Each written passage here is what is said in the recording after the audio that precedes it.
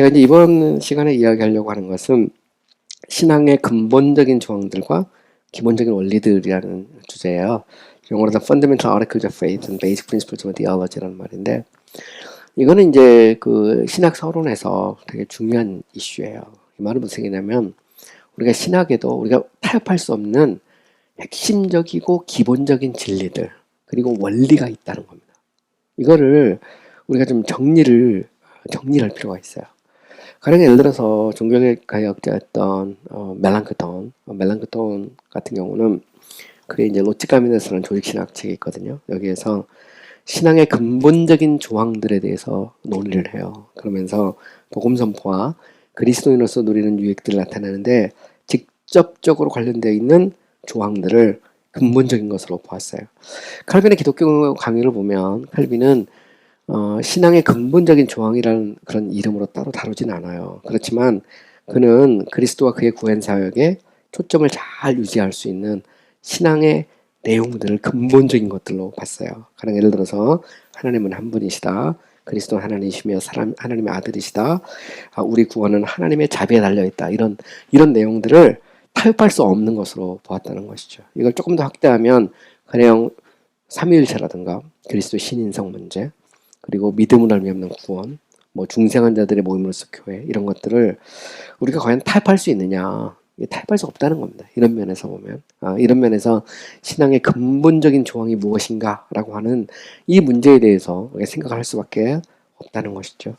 근데 이제 여기 보면 당시 개신교 신학자들은 여러 가지 도전이 있었어요. 로마 가톨릭적인 도전도 있었고, 소시누스주의의 도전도 있었고, 아르미니우스의 도전도 있었고, 또 계몽주의 이후에는 이제 이신론자들에 대한 그런 도전들이 있었어요. 이 도전에 대해서 자신들의 신학을 방어하고, 그리고 이걸 체계화시킬 필요가 있었거든요. 이제 이 와중에서 신앙 고백서도 만들고 교리문답도 만들었어요. 근데 어떤 도전들이 있었느냐에 대해서 조금 더 우리가 언급을 해보면, 가령 로마 가톨릭 같은 경우는 정통적인 신앙의 그런 어떤 조항들을 대부분 유지를 해요. 그런데 이제 구원론에서 이제 왜곡이 일어나고, 또 교회론 같은 데 넘어가면 미사, 연옥 막 이런 데서 이제 왜곡이 일어나거든요. 이런 면에서 보면 이제 이 신앙의 근본적인 조항을 좀 정리할 필요가 있었고요. 또 소시누스 같은 경우는 이제 아주 급진적인 성령론자예요. 그래서 삼위일체, 그리스도 신인성, 성령의 신성, 이신칭의 등 기독교의 핵심적인 진리를 다 부인했거든요. 오직 성경뿐이다 그러면서 교회가 오랫동안 받아들였던 정통적 신앙을 부인했어요. 그러니까 여기 대해서도 방어해야 될 필요가 있었고, 알미누스 같은 경우는 보면 뭐 그리스도 신인성, 삼위일체, 뭐 그리스도의 충족 이런 것들에 대해서는 이제 부인하지는 않아요. 그렇지만 실천적인 문제와 성경의 권위와 같은 문제를 제외하고 많은 부분에 수정을 요구했거든요. 이거는 우리가 생각하는 알미니우스, 보통 우리가 생각하는 그런 알미니우스와 사실 보면 우리가 뭐 예를 들어 웨슬리안 알미니안, 소위 알미니안이라고 하는 것이 생각보다 굉장한 차이가 있어요. 원래 제이콥 알미니우스는 굉장히 급진적이고 생각이 거의 과정신학하고 비슷해. 제이콥 알미니우스는, 그러니까 우리가 생각하는 제이콥 알미니우스와 우리가 보통 그냥 뭐 이렇게 알미니안주의 이렇게 말하는 거하고는 상당한 차이가 있습니다. 이런 면에서 이 제이콥 알미니우스는 굉장히 레디컬해요. 급진적이거든요. 근데 이런 것들도 다 도전입니다. 이 도전 속에서 어떻게 하면 기독교의 핵심적인 신앙을 지킬 것인가 해서 기독교의 근본적인 신앙의 조항들, 교리들을 정리하고 싶어 했어요. 여기에 대해서 이제 논쟁이 일어나죠. 그래서 좀 보수적인 쪽, 그러니까 루터란이나 개혁주의 보수적인 쪽에서는 이걸 좀 더 세세하게 정하고 싶어 했어요.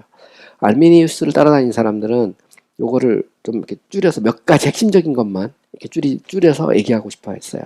가령 예를 들어서 히브리서 같은 데 보면 6가지 항목.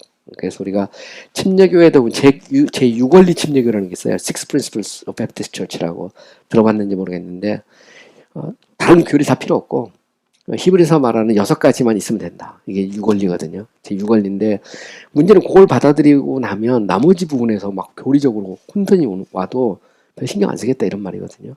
그러니까 이거는 좀 이게 문제가 있는 것이죠. 좀 에큐메니컬 운동할 때 특히 이런 요구 많이 하거든요. 우리가 뭐 예수 그리스도를 주라 고백하고 하면 누구든 다 받아들인다. 그런데 그 속에서 별의별 게 다 있을 수 있잖아요. 이런 면에서 신앙의 근본적인 조항을 어떻게 정하느냐에 따라서 이것은 우리의 정체성뿐만 아니라 다른 사람들, 다른 교회 혹은 다른 교단들과 교류를 하는 데 있어서 굉장히 중요한 어떤 지침이나 원리가 된다는 것이죠. 이런 측면에서 보면 이제 이런 도전들이 있어요. 또 뭐 그 이신론자들 같은 합리주의적인 어떤 도전들이 있었고요. 이런 상황 속에서 교회가 오랫동안 정통교를 인정했던 것이 있어요. 성경의 절대적 권위, 삼위일체, 그리스도 신인성, 예수 그리스도의 대속적 죽음, 믿음을 말미암는 구원, 이런 것들을 포기할 수 없다는 거죠. 포기할 수 없다 말이죠. 침례교인들 어떠냐? 침례교회는 이런 기독교의 정통주의 신학을 받아들이고 신앙 고백서를 통해서 이것을 표현했어요. 그러면 침례는 어떠냐? 친자의 침수 침례나 회중 정치, 이거를 신앙의 근본적인 조항으로 침례교인들이 봤을까? 굉장히 중요한 이슈입니다. 침례교인들은 이거를 신앙의 근본적인 조항으로 보지 않았어요. 본질적인 것과 비본질적인 것. 그래서 잘 생각해 보세요. 사도 바울이 이제 고린도전서에 보면 그 고린도 교회의 그 문제점에 대해서 지적을 하잖아요. 그중에 첫 번째 문제가 분리, 교회의 어떤 분열에 대한 문제잖아요. 나는 바울파다, 나는 아볼로파다, 나는 개바파다, 나는 예수파다. 그래서 네 파로 갈라져가지고 갈등을 막 일으키고 있었거든요.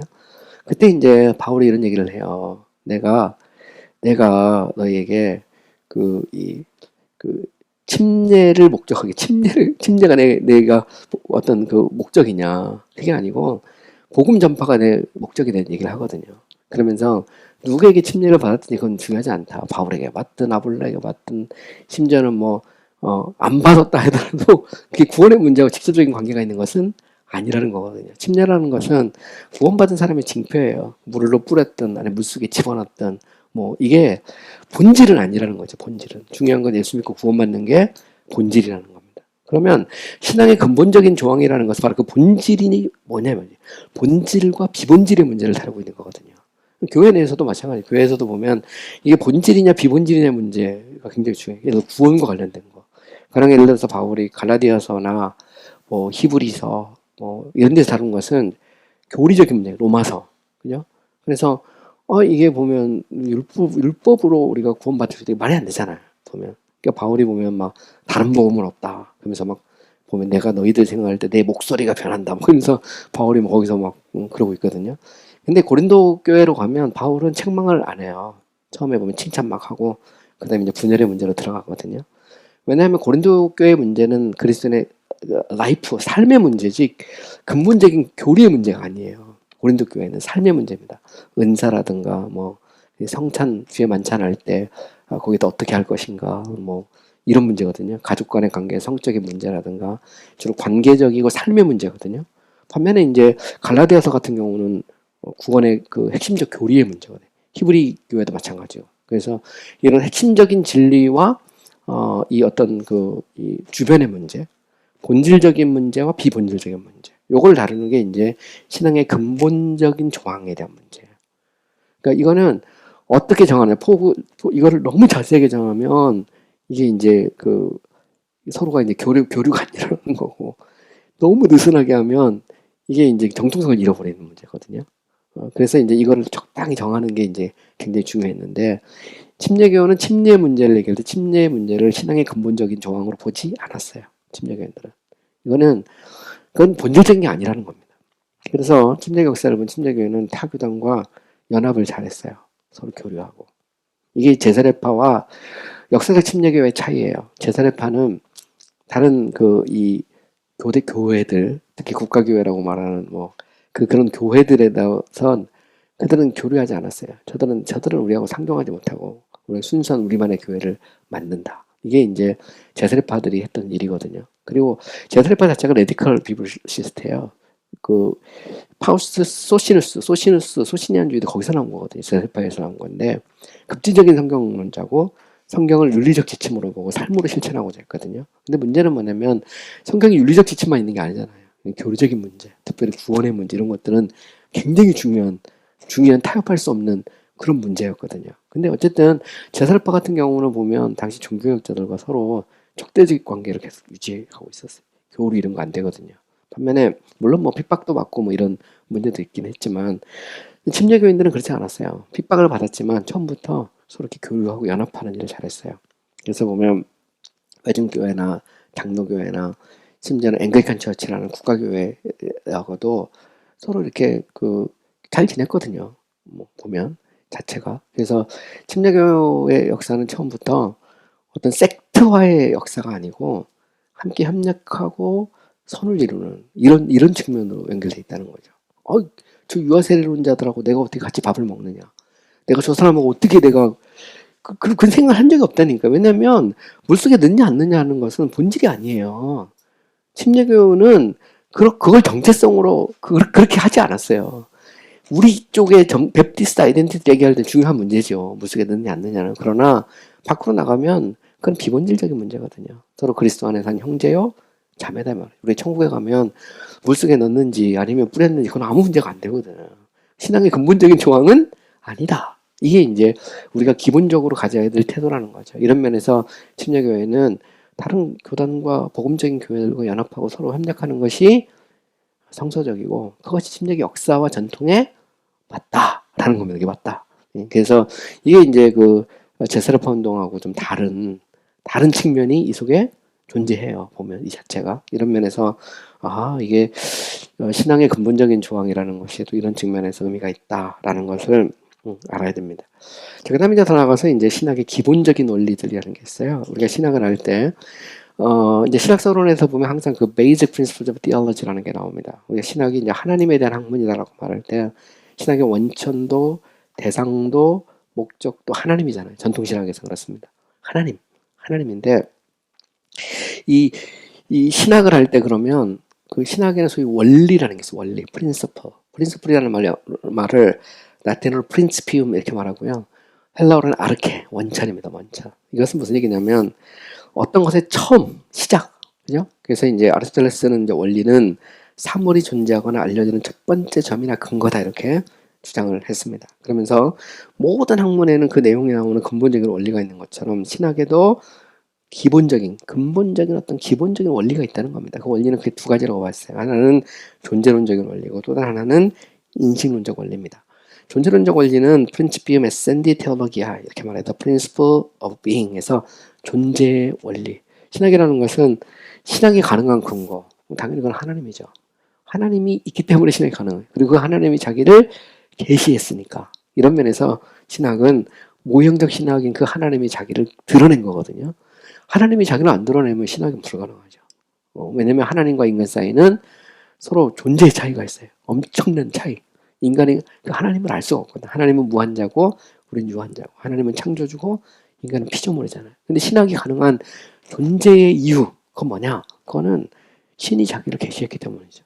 그래서 신학의 존재 이유는 존재 원리는 하나님이에요. 원천은. 신학의 원천 그러면 하나님이다 말이에요.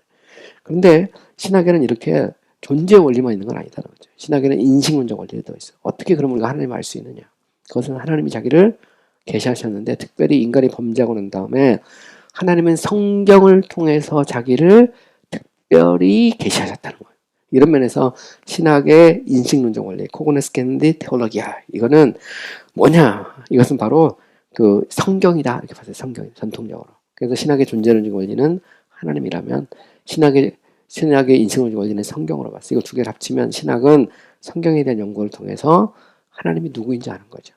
성경을 안다는 것은 일반 계시를 무시하는 게 아닙니다. 왜냐하면 성경 자체가 우주 만물 속에 깃들어 있는 하나님의 신성에 대해 선포하고 있거든요. 성경 자체가 인간의 건전한 이성을 부인하고 있지 않아요. 성경 자체가 하나님이 창조주이고 이 모든 우주 만물 속에서는 하나님의 어떤 손길이 들어있다라고 인정하고 있는 거거든요. 그러니까 성경을 인정한다는 것은 일반 계시를 부인하는 것이 아니죠. 왜? 성경 자체가 일반 계시를 인정하고 있는 거거든요. 이런 측면에서 보면 성경은 신학의 인식론적 원리라는 겁니다. 원리. 이게 이제 굉장히 중요한 의미죠. 근데 여기서 성경이 신학의 인식론적 원리라고 말할 때 이것은 굉장히 중요한 의미를 가지고 있어요. 이것은 신학의 그런 그 직접적인 대상은 지혜나 혹은 지식이나 지혜나 그러니까 스켄티아, 사피엔티아, 인텔리겐티아, 프루덴티아, 아르스 일 수 없다. 이게 이제 아리스토텔레스가 말한 이제 5가지 이 인간의 마음이 갖고 있는 어떤 그런 뭐라 그럴까 대상이거든요. 근데 이거일 수 없고 굉장히 중요한 말이 있어요. 신학이라고 하는 것은 뭐냐면 알의 대상이 아니라 학문의 대상이 아니라 믿음의 대상이다. 그래서 하비투스 스캔디가 아니고 하비투스 크레덴디 이런 말을 썼는데 이거는 굉장히 중요한 말입니다. 이 말은 무슨 얘기냐면 신학은 하나님을 아는 거잖아요. 하나님을 알 수 있는 이유는 하나님이 자기를 드러내셨기 때문에 계시하셨기 때문에 알아요. 우리는 그 하나님이 자기를 특별히 계시한 성경을 통해서 알 수가 있어요. 근데 그 성경이라는 책은 하나님을 안다고 할 때 이것이 단순히 인간의 논리와 이성으로 무조건 아는 게 아니고 이 성경인 하나님의 말씀을 믿을 때, 그죠? 믿음으로 무릎을 꿇을 때 비로소 하나님이 누구인지를 알 수 있다는 말이에요. 그래서 신학이라고 하는 것은 하비투스 캔디가 아니고 하비투스 크레덴디다라고 과거에 이제 신학자들이 주장을 한 겁니다. 그래서 마스트리트 같은 이 화란 신학자들은 뭐라고 주장했냐면, 자 보면 우리가 하나님 앞에 나갈 때 중요한 건 뭐냐면 이성이 아니라 믿음이 달조한 거예요. 특별히 하나님과 우리 사이에 구원의 진리가 있는데 그 구원의 진리를 알려면 이거는 인간의 이성으로 판단해서 알 수 있는 게 아니라 우리가 하나님 앞에 무릎을 꿇고 믿음으로 나갈 때 알 수 있다 이렇게 주장을 한 것입니다. 이게 이제 소위 말하는 이제 신학의 인식론적 원리인 성경을 우리가 통해서 하나님을 알 때 우리는 무엇을 통해서 하나님을 알 수 있느냐? 믿음을 통해서 알 수 있다는 말이에요. 이게 바로 이제 소위 안셀름이 말한 크레도 인텔레감, 난 알기 위해 믿는다 이런 말이고, 토마스 아퀴나스가 말한 이제 프리암블라 피데이에서 믿음으로 미리 걷는다는 그런 말이거든요. 그러니까 믿음이 신학의 중요한 수단이고 도구다 이런 말이죠. 그러면 믿음이라고 하는 건 뭐냐? 믿음은 인간의 이성을 무시하는 건 아닙니다. 믿음은 인간의 경험을 무시하는 것도 아니죠. 믿음은 하나님의 말씀 앞에 무릎을 꿇고 그것을 받아들이는 거예요. 받아들일 때 그때 이제 진리의 세계가 열린다는 겁니다. 근데 여기에 대해서 이제 되게 재밌는 것은 18세기 이제 중반 후반에 이렇게 넘어가잖아요. 그러면 대표적으로 이제 헤르만 베네마 같은 사람, 또 캄페기우스 비트리니가, 지그문드 바움가르텐, 존 스타우퍼 이런 사람들은 이제 쉽게 말하면 계몽주의의 영향을 받은 신학자들이에요. 이 사람들이 오면 이 사람들은 이제 신학의 원리를 이야기할 때 신학의 원리에 이성과 계시를 동등한 권위로 줍니다. 그래서 결국 계시를 이성으로 판단하고 이 계시의 그런 옳고 그름을 이성이 판단해서 아니면 포기해 버리는 거예요. 가령 예를 들어서 예수 그리스도의 그런 신성의 연합 같은 것도 인간의 논리로 이해가 안 된단 말이에요. 삼위일체 이해가 잘 안 돼. 그러면 무조건 받아들여야 되느냐? 아니면 인간의 이성으로 이해가 안 되면 버려야 되느냐? 이 사람들은 계시와 이성을 같은 권위로 둔 겁니다. 그러다 보면 이성으로 이해가 안 되면 계시를 포기할 수 있다는 말이에요. 권위 자체가. 근데 굉장히 중요한 말이죠. 신학의 인식론적 원리를 성경으로 보고 인간의 이성으로 성경을 알아갈 때 이게 좀 이해가 안 되면 하나님의 말씀의 권위 앞에 무릎을 꿇느냐, 아니면 인간의 이성으로 성경을 판단하고 이 성경이 잘못됐다, 그러므로 이것은 틀렸다, 이게 말할 것이냐. 이거는 엄청난 차이를 갖고 있는 거예요. 신학의 원리에서. 그죠? 근데 이게 참 재밌는 게 있어요. 그러니까 전통적으로 교회는 신학의 인식론적 원리는 오직 성경뿐이다 인정하는 게 솔라스크립트라거든요. 솔라스크립트라는 말을 어려운 말로 표현할 때 신학의 인식론적 원리 이렇게 표현한 거예요. 그래서 인간의 경험도, 인간의 지식도, 전통도 다 하나님의 말씀의 권위 아래 있어야 된다. 이게 이제 솔라스크립트란데, 이거를 이제 표현하는 게 이제 신학의 인식론적 원리라는 말로 이렇게 표현을 한 겁니다. 근데 이제 이게 18세기로 넘어가면서 소위 말하는 이제 계몽의 시대로 가면 결국 이제 인간의 어떤 이성이 계시와 동일한 권위를 갖게 돼요, 자꾸. 그리고 나중에는 이성이 계시 위로 올라가 버리거든요. 그래서 이성적 판단을 통해서 아니면 버리는 거죠. 근데 예수님 당시에도 이 논리가 있었어요, 이 싸움이.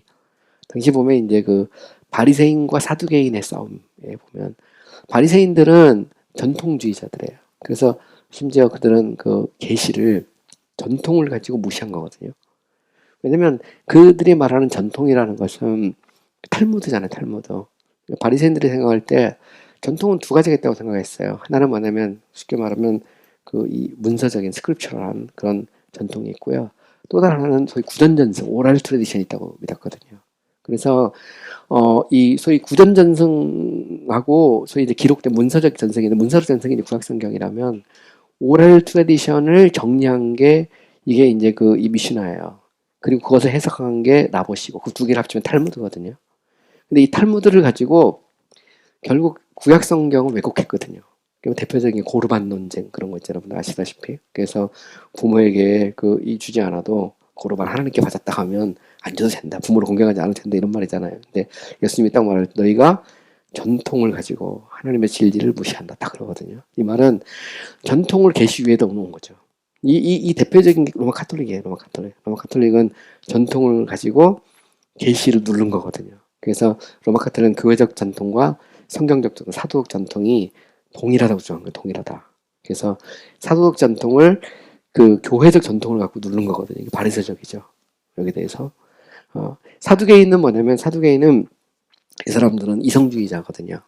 성경에 나오는 초자연적인 부활이라든가 천사 이런 영적인 세계는 못 믿겠다. 이게 버린 거거든요. 그래서 성경에 나오는 어떤 기적이라든가 이런 것들을 다 포기한 거거든요. 바리새인들은 이제 전통을 받아들이고 기적을 믿죠. 그러나 그들은 전통을 가지고 계시를 무시했다면 이제는 사두개인들을 오면 성경 내에서 소위 정경 속에서 마음에 안 드는 건 다 쳐내는 거예요. 자기들이 받아들일 수 있는 거 받아들이는 거죠. 이성주의는 바로 사두개적인 그런 특징을 갖고 있어요. 이성주의. 로마 카톨릭은 바리새적인 그런 측면을 갖고 있고. 그래서 이제 이 이성주의로 가면 인간의 이성으로 판단 다 해보는 잣대로 다 판단해서 아닌 거죠. 보면. 그래서 뭐 자유주의 신학의 특징 중에 하나가 그거잖아요. 가령 모세가 이 홍해를 건널다 할 때 갈대밭 논쟁 그런 거잖아요. 그래서 보면 뭐 오병이어 같은 경우도 다 도시락 가지고 있다가 딱 해서 다 도시락 가서 다 먹었다. 이렇게 물고기 2마리 보트 5개를 어떻게 5,000명을 먹고 결정을 했는데 이거는 말도 안 된다 말이죠. 뭐 심지어는 그걸 뭐 신화적 세계라고 표현하기도 하고 불트만 같은 경우는 그래서 그거는 하나의 팩트가 아니고 메시지. 주님을 믿으면 그런 역사도 일어날 수 있다는 것이 그것이 곧 사실은 아니다. 뭐 이런 식으로 이제 주장도 하죠. 이 말은 인간의 이성을 가지고 계시를 판단하는 잣대로 쓴 겁니다. 계속. 마음에 안 들면 쳐내는 거예요. 계속 쳐내는 거죠. 근데 이거는 이미 18세기의 중후반에 가면 계몽주의 시대가 일어나고 쉽게 말하면 이제 이런 아까 여기 보면 베네마, 비추니가, 바움가르텐, 스타퍼 이런 사람들이 이제 막 나타나면서 서구 신학에 이제 자유주의 물결이 이제 일어나고 또 그러면서 이제 신관의 변화, 성경관의 도전 뭐 이런 것들이 이제 계속 막 일어나고 난 거죠. 이건 뭐 미국도 그렇고 영국도 그렇고 나중에 미국도 이제 자유주의 신학의 물결이 부으니까. 근데 이제 이 중에서 이제 제가 한 가지 또 이야기 싶은 게 이제 이와이 멀린스예요. 멀린스. 20세기 초반 침례교 신학자였던 이와이 멀린스. 멀린스의 조신학은 뭐 한국 침례교에 직접적인 영향을 미쳤기 때문에 멀린스 얘기를 조금씩 해갈 수밖에 없어요. 그래야만 이제 분별력이 생기기 때문에.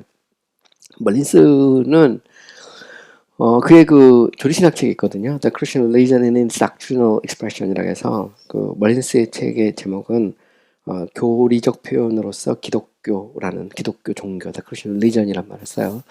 The Christian Religion이란 말은 뭐 칼빈도 썼으니까 관계는 없습니다. 근데 이제 멀린스가 생각하는 religion은 경험이에요. 체험, 경험의 종교거든요.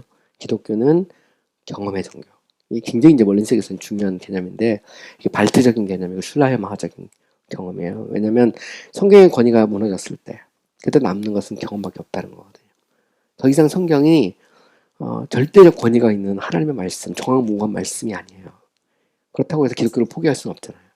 그러면 남은 건 뭐냐? 남은 것은 체험이죠. 체험, 경험, 만남, 그죠? 인격적 관계 이게 이제 남는 거거든요.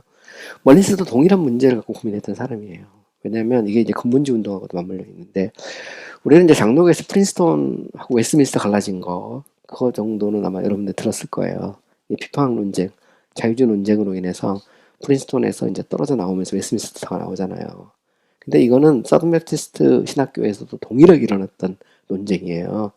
우리 이제 장로교에서만 아닌가 그렇지 침례교에서는 별로 신경을 안 쓰니까 그런데 침례교 안에서도 서든 세미나리, 사우스웨스터 뭐 이런 데 다 일어났던 논쟁입니다. 성경론 논쟁이 일어나니까 교수들끼리 그 안에서 갈등이 막 일어난 거거든요. 왜냐면 서든 베프티스트 안에서도 좀 진보적이고 자유주의적인 그런 신학 영향을 받은 사람도 있었고 보수적인 신학을 지키고 싶은 사람도 있었어요. 그 사이에 누가 있냐면 이월 멀린스가 있어요. 주신학자로. 멀린스는 근본주의 운동에 관여했던 사람이거든요. 그러니까 성경의 권위를 인정하지만 그렇다고 해서 자유주의적인 어떤 결과들, 새로 특히 성서 비평학에서 만들어낸 여러 가지 결론들을 무시할 수 없었어요. 이 사람 학자로서. 그래서 이 사람이 고민했던 게 뭐냐면 결국 체험 경험이라는 소위 이제 신정통주에서 만들어낸 그 경험 체험을 신학화 작업을 한 거예요. 그리고 멀린스는 성경을 정확무한 하나님의 말씀으로 받아들이지 않았어요. 멀린스는 발트처럼 성경을 계시 그 자체로 보지 않고 계시에 대한 기록으로 봤거든요. 그리고 되게 재밌는 것은 1625년도에 남친중에서 신앙고백서를 만들어요. 베프티스트 베이스 메시지. 그 안에 성경은 계시에 대한 기록이라고 돼 있어요. 이게 멀린스의 흔적이에요.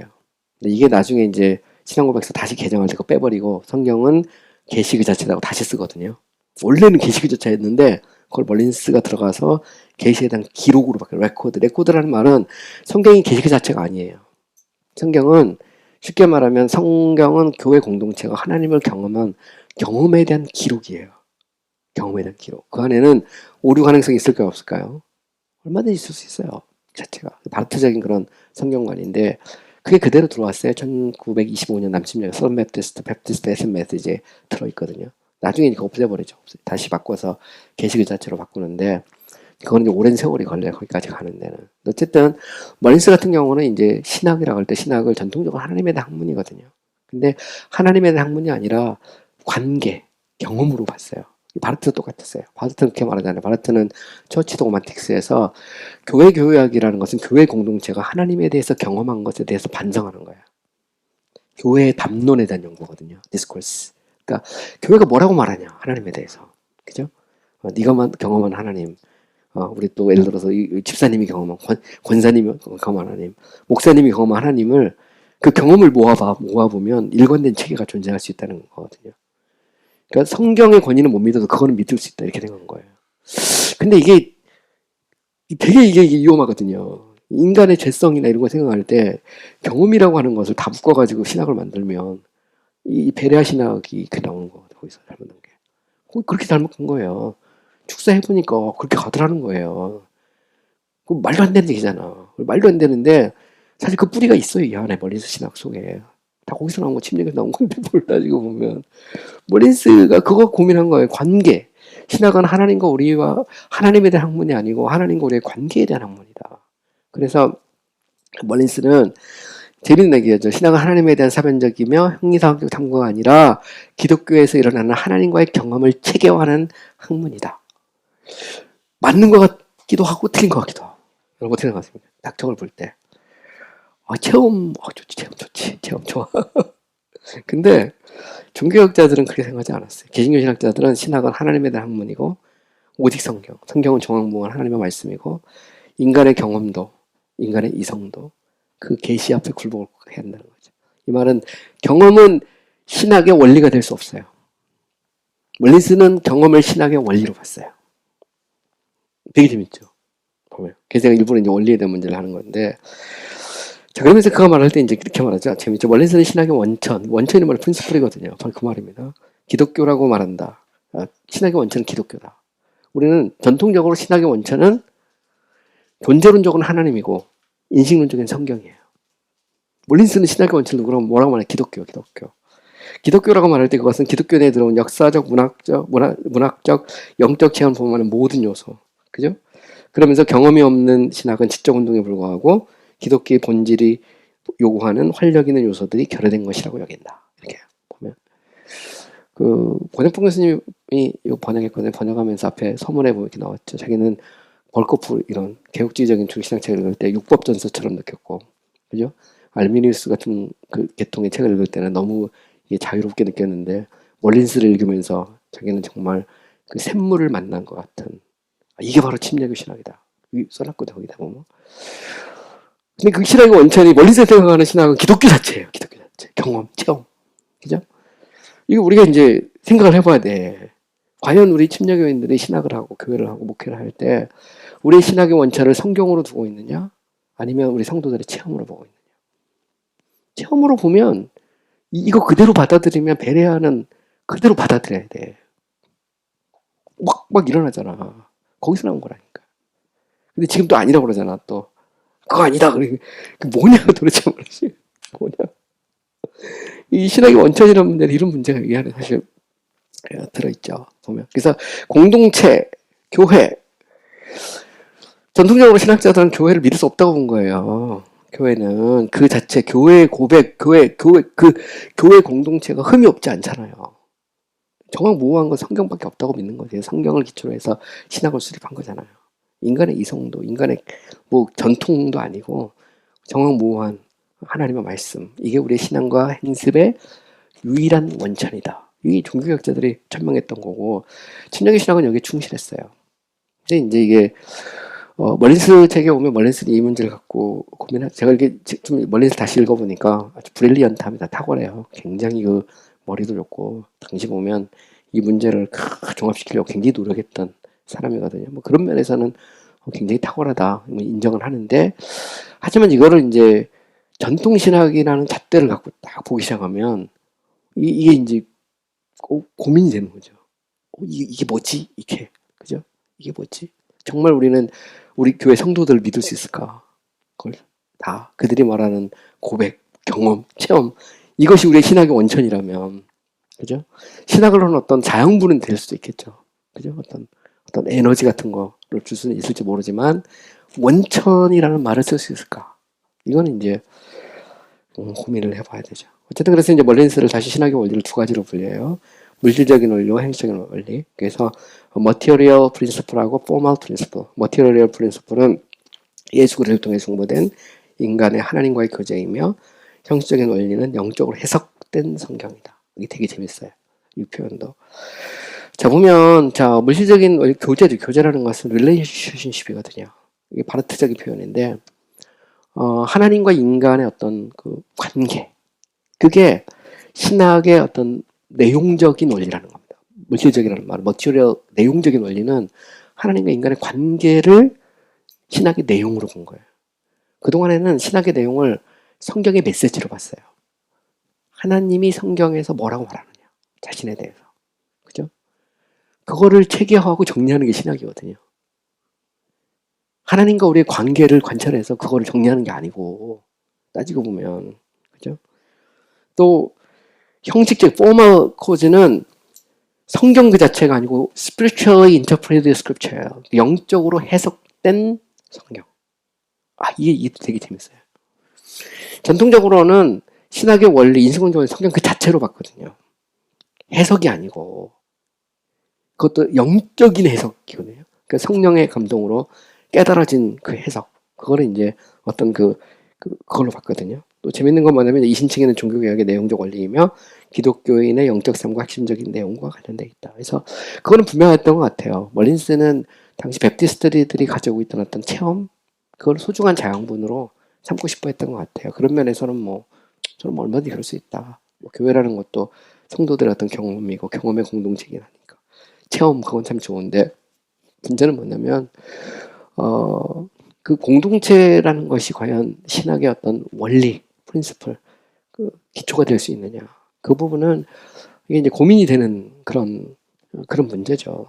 그러면서 이제 그런 뭐라고 말하냐면, 성경이 영적으로 해석되어야 한다는 것은 살아있는 신학과 성경을 단지 비평적이고 서기적으로 해석하는 것을 이제 구분해야 된다는 그런 의미를 얘기를 했어요. 어쨌든 여기서 보면 정리를 해보면 그렇습니다. 멀린스는 개인적인 신앙 체험을 기독교 신학의 원리로 담는다. 하지만 전통적으로 기독교 신학은 하나님을 존재의 원리로, 성경을 인식의 어떤 원리로 삼았다. 그리고 체험은 성경에 종속되는 걸로 봤다는 거죠. 반면에 멀린스는 이것을 원천으로 봤어요.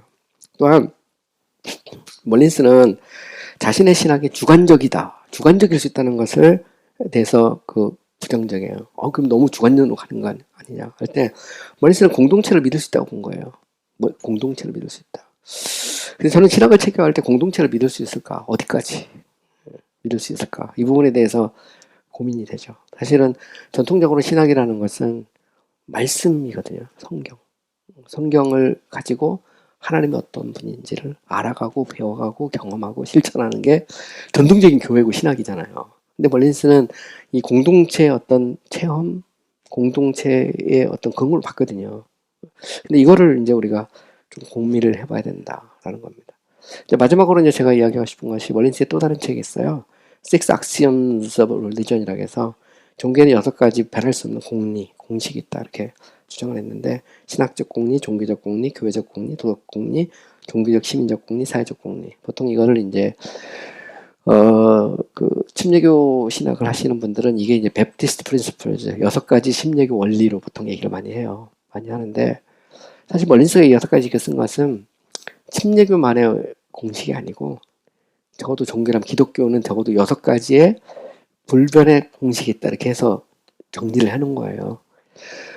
그런 첫 번째 신학적 공리, 거룩하시고 사랑하시는 하나님은 주권자로서의 권리를 가지고 있다 이렇게 말하는데 뭐 글쎄요, 뭐 이건 뭐 하나님은 이제 주권자고 하나님은 거룩하고 사랑이다라는 거에 대해서 뭐 반대할 사람은 없는 것 같아요. 뭐 그런 면에서 뭐 그럴 수 있다.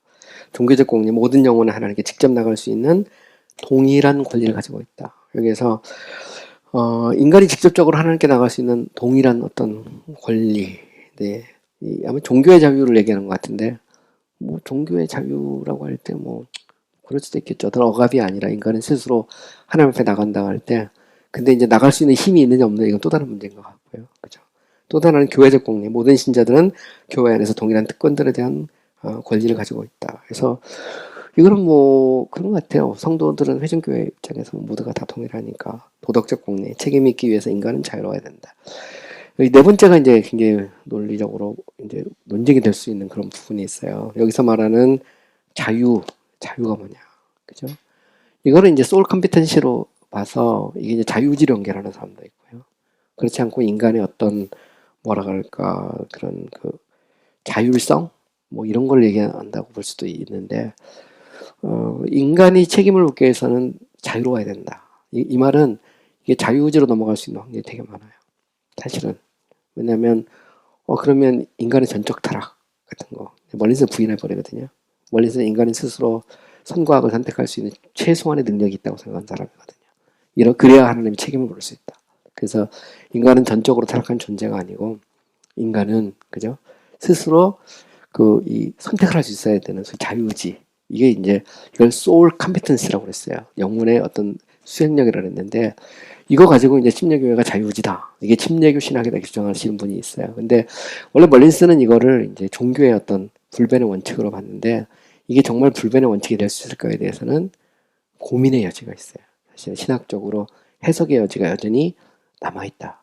종교 시민적 공리, 자유로운 국가 내 자유로운 거 이거는 뭐 프리철치 개념이니까 별로 뭐 사회적 공리, 내 이웃을 내 몸과 같이 사랑하는 것도 별 큰 문제가 없는데 제가 볼 때는 우리가 이제 2번, 4번, 특별히 4번 문제, 이 문제에 대해서는 여러 가지로 좀 고민해야 될 그런 문제들이 들어있어요. 정말 이게 불변의 어떤 공리일까?